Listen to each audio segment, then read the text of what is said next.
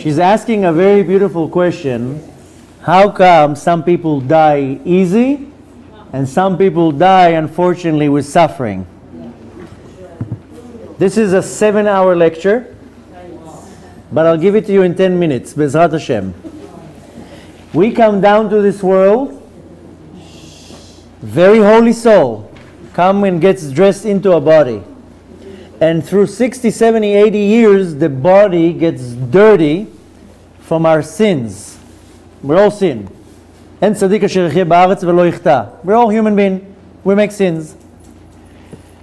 If I now get all my clothes dirty, I have to take it to the dry cleaner.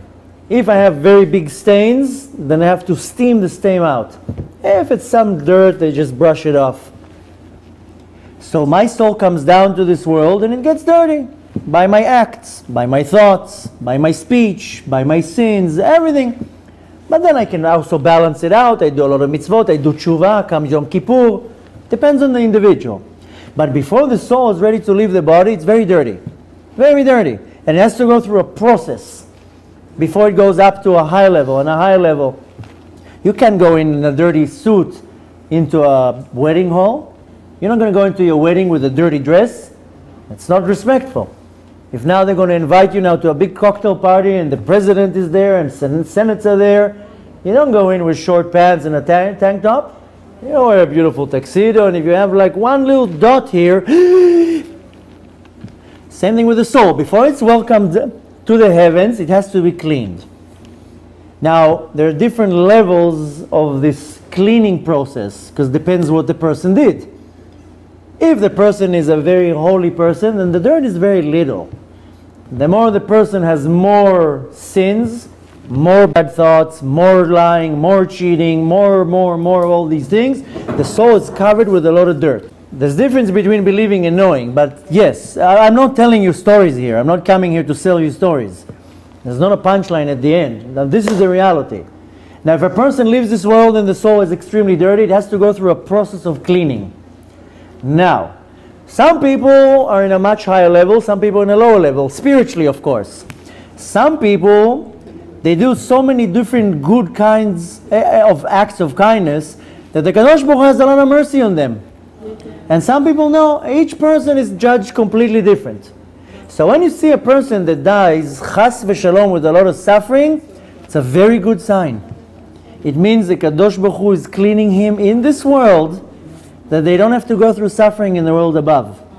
And when you see a person, before they die, they suffer from an illness, and they go through pain, and torture, and all sorts of treatments, I know it's sad.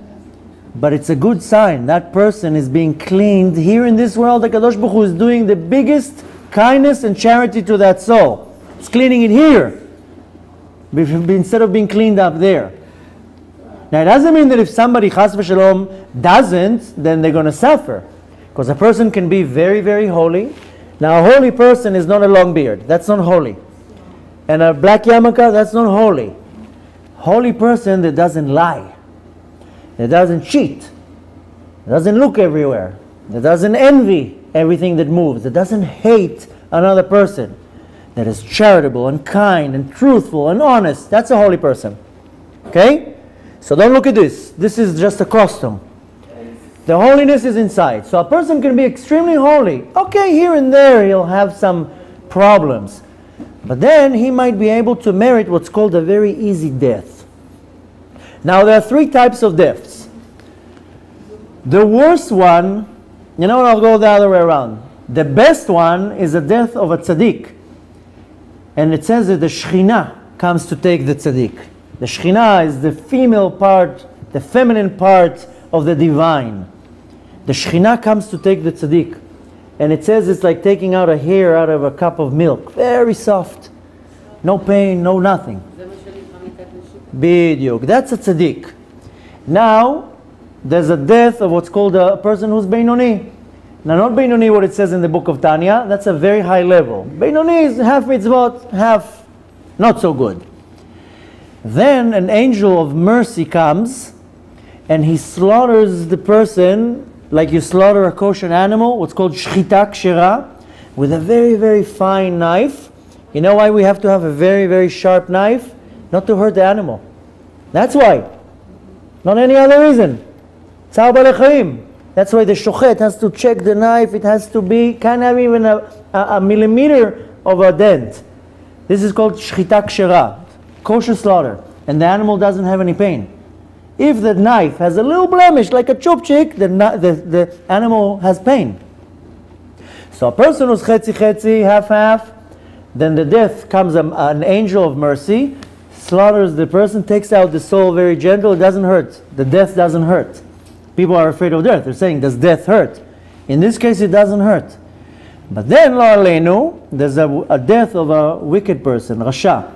Then Malach HaMavet comes with what's called sakin puguma, with a knife that has a lot of blemishes, and he slaughters the person, and then it hurts. That's pain. And then he takes away the soul and delivers it to the heavenly court. Hold on. So there are different types of deaths. So you can't point on a person and says, oh, that person was like that, and that was the death he got. But guarantee that the person that suffers before they die from a sickness, from pain, from whatever, that's a very good sign. It's a sign that the Kadosh Baruch Hu has mercy on that soul, because he did some good things, and he says, I'm going to clean the major dirt here. That he's not going to have to meet all these angels that are going to clean him, because the Gemara says that when the person dies, when you put the body in the ground, you cover the grave, everybody leaves the cemetery. The last one that leaves the cemetery, 4 angels jump into the grave. They push the grave into the ground, they pull the body out, and with torches of fire, they start hitting the soul. That's called chibut hakever, because the soul is very dirty. You know, in the olden days, my grandmother used to take the rug, hang it on the railing, and start hitting it. And all the dust will come out. They didn't have vacuum cleaners. So they take the soul, they pick it up, and they start banging it from all the dirt. Why? Because the soul has to go to a spiritual world. That's called chibut hakever. It's a very painful process. That's why when a person does certain mitzvot in this world, he can be saved from chibut hakever. You know, there's this little thing that people read, it's called Perek Shira. It's the song of all the animals, all the creation, takes 10 minutes. It says a person that reads that, nitzol mi chibut hakever. Saved from chibut hakever. Perek Shira, you know, this little pamphlet that it's all the prayers for the animals and the creation. Perek Shira. So the point is that the suffering that the person goes in this world is a good thing. Yes, for us it's very sad to see our loved ones suffering. Because I was very confused. I knew the husband and wife. The husband, you said everything, you said lying.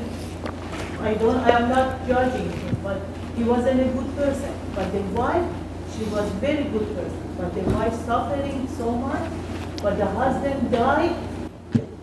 So I didn't want to say that, but unfortunately sometimes a person can be considered wicked, and wicked because according to the terminology of the Torah, and then the Kadosh Baruch Hu Kivyachol turns his back and says, no help here. And then it seems in this world that everything is good, but then he's waiting a surprise party at the other side. And that's why you see sometimes people say, how come you see this person, liar, cheater, fake, this, and he's millionaire, everything is good. Kadosh Baruch Hu says, I'm writing you the check now.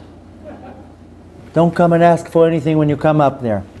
That's why sometimes you see wicked people in this world, thief, cheats, everything. Everything is good in this world. Healthy like an ox, die when he's 90 years old, billionaire, everything.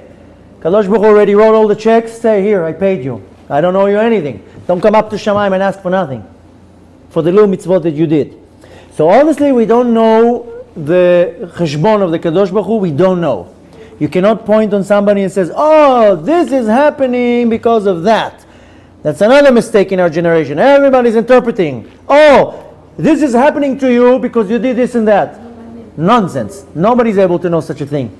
And if somebody comes and tells you, oh, you know, this is not working for you because you did this, nobody's able to know that. So in general, when a person suffers before they die, it's a good sign. Because the Kadosh Baruch Hu is doing them a favor and he's cleaning off all the dirt in this world, and then the soul is ready to leave the world. And in some cases, when you say somebody is not suffering, or he can be a very good person that there's no suffering to go for, or chas v'shalom, the person is so wicked, the Kadosh Baruch Hu says, no problem, I'll wait for you in the corner, we'll see. We'll see then. Listen, we have to pray for everybody, even if a person in this world was not so nice. We have to pray for everybody. We have to have rachamim for everybody. Because if I have rachamim on everybody, then the Kadosh Baruch Hu will have rachamim on me. It's not good to look at another person and say, oh, he's a liar, he's cheating, I'm not going to have any rachamim on him. No.